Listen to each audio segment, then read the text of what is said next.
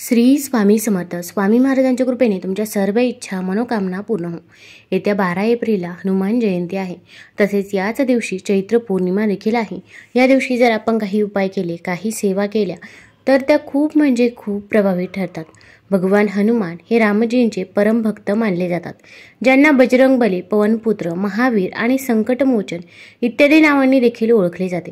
पंचांगाच्या गणनेनुसार प्राचीन काळी हनुमानजींचा जन्म चैत्र महिन्याच्या पौर्णिमेच्या दिवशी झाला होता. म्हणून दरवर्षी या तारखेला हनुमान जयंती म्हणजेच हनुमान जन्मोत्सव साजरा केला जातो.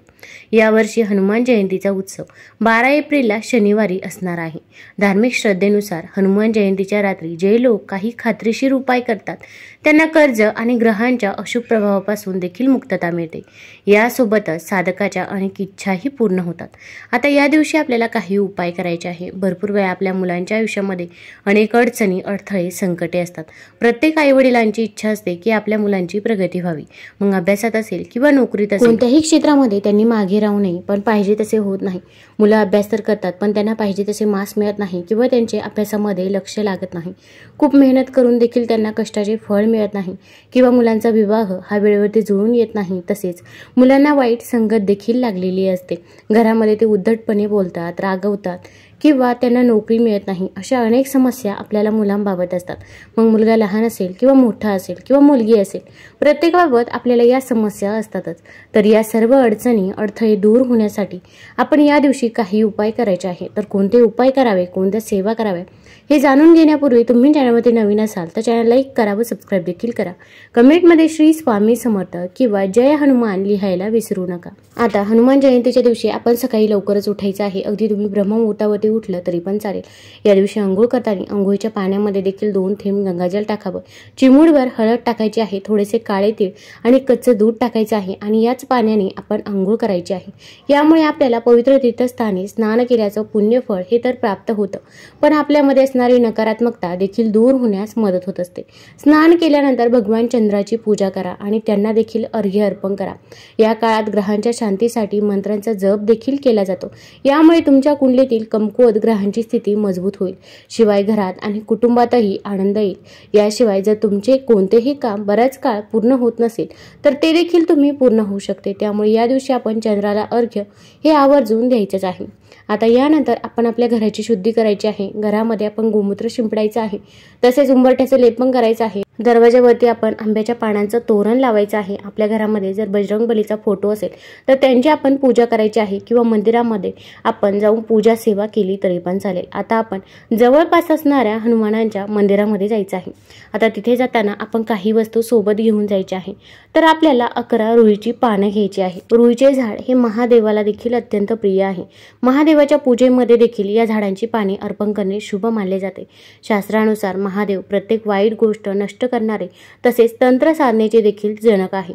याच कारणामुळे तंत्रशास्त्रात देखील या झाडाचे विशेष महत्त्व आहे. तसेच या झाडामध्ये भगवान श्री गणेशांचा वास असतो असे देखील म्हणतात. तर आपण रुईच्या झाडाची 11 पाने आणायची आहे. आणल्यानंतर प्रथम स्वच्छ धुवून घ्यायची आहे. घरामध्ये जर गंगाजल असेल तर पाण्यामध्ये 2 थेंब गंगाजल टाका आणि या पाण्याने ही पाने स्वच्छ धुवून घ्या, स्वच्छ पुसून घ्या. त्यानंतर आपल्याला सेंदूर घ्यायचा आहे. आता सेंदूरने आपल्याला या प्रत्येक पानावरती राम राम असा शब्द लिहायचा आहे. मग अगदी सेंदूर थोडासा ओला करा आणि त्याने प्रत्येक पानावरती आपण राम लिहायचं आहे. तसेच एक पान आपण रिकामं ठेवायचं आहे. आता एक पान रिकामं का ठेवावं तर आपली इच्छा जर मनोकामना पूर्ण होत नसेल, एखादी इच्छा असेल तर ती इच्छा पूर्ण होण्यासाठी तुम्ही हे पान रिकामं ठेवू शकता. आता या पानांची माळ तयार केल्यानंतर आपण जो काही दोरा घेतलेला आहे तर त्याला देखील आपण हळदी कुंकू लावायचं आहे. तसेच पानांना देखील आपण धूप दीप दाखवायचा आहे. आपली माळ तयार आहे. आता यानंतर आपल्याला कणकेचा एक चौमुखी दिवा बनवायचा आहे.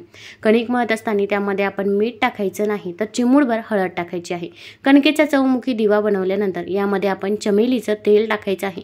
तसेच 2 लवंग घ्यायचे आहे. लवंग ही साबूत असावे, कुठेही तुटलेले फुटलेले नसावे, त्यांना पुढे फूल देखील पाहिजे. असे 2 लवंग आपण त्या दिव्यामध्ये टाकायचे आहे. आता या दिव्याला आसन देणे शक्य असेल तर आसन देखील देऊ शकता. मग मंदिरात ठेवायचं असेल तर तुम्ही फक्त खाली थोडेसे तांदूळ ठेवा, तांदळावरती हळदी कुंकू अर्पण करा आणि त्यावरती हा दिवा ठेवा. आणि जर घरी घरी ठेवणार असेल तर एक प्लेटमध्ये आपण स्वस्तिक काढायचं आहे. कुंकवाने स्वस्तिक काढावं. कुंकवामध्ये गुलाबजल किंवा गंगाजल टाकायचं आहे, कारण स्वस्तिक हे शुभतेचं आणि मांगल्याचं प्रतीक समजलं जातं. जिथे स्वस्तिक काढलं जातं तिथे नेहमी शुभ कामेही होत असतात.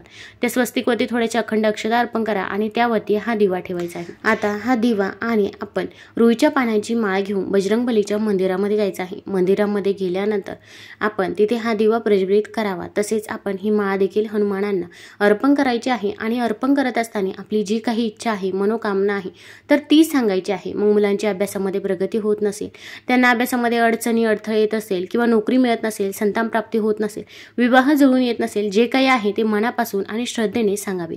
आता हा उपाय कोण करू शकतं? अगदी घरातील कोणत्याही व्यक्तीने हा उपाय, ही सेवा केली तरी पण चालेल.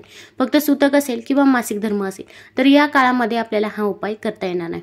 आता तिथे आपण जो काही दिवा प्रज्वलित केला आहे तर त्या दिव्यामध्ये आपण 2 लवंग देखील टाकायला विसरायचं नाही. आता आपण उपाय केल्यानंतर सेवा देखील करायची आहे. भरपूर वेळा आपण फक्त उपाय करतो, पण त्यासोबत जर आपण काही सेवा केल्या नाही तर आपल्याला त्याचा काही एक रिझल्ट बघायला मिळत नाही. त्यामुळे सेवा करणे देखील तितकेच गरजेचं आहे.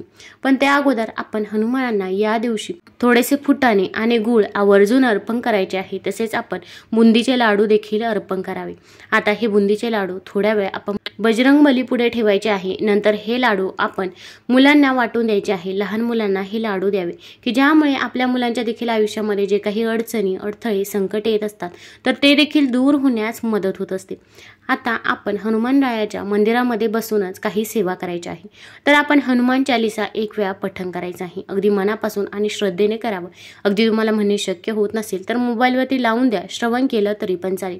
आता हनुमान चालीसा म्हणून झाल्यानंतर आपण सुंदरकांडाचे देखील 1 वेळा पठण करायचे आहे. तसेच आपण ओम हम हनुमते नमः या मंत्राचा देखील जप आपण 108 वेळा करायचा आहे. अगदी म्हणणे शक्य होत नसेल तर मोबाईलवरती देखील तुम्ही हा मंत्र लावून देऊ शकता. आता या दिवशी मंदिरामध्ये खूप गर्दी असते, त्यामुळे आपल्याला उपाय सेवा करायला शक्य होत नाही.